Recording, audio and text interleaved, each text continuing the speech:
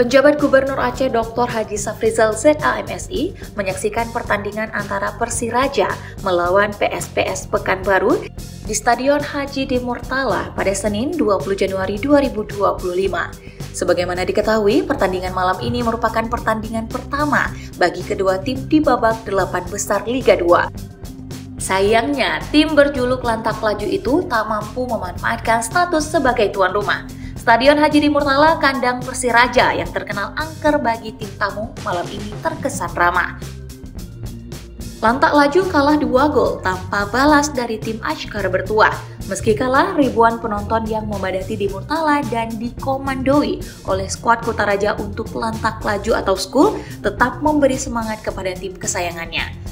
Meski terlihat kecewa, PJ Gubernur Safrizal yang menyaksikan pertandingan bersama Kepala Biro Administrasi Pimpinan Setda Aceh Akar Arafat dan PLT Direktur Utama PT Bank Aceh Syariah Fadil Ilyas tetap memberi semangat untuk Persiraja.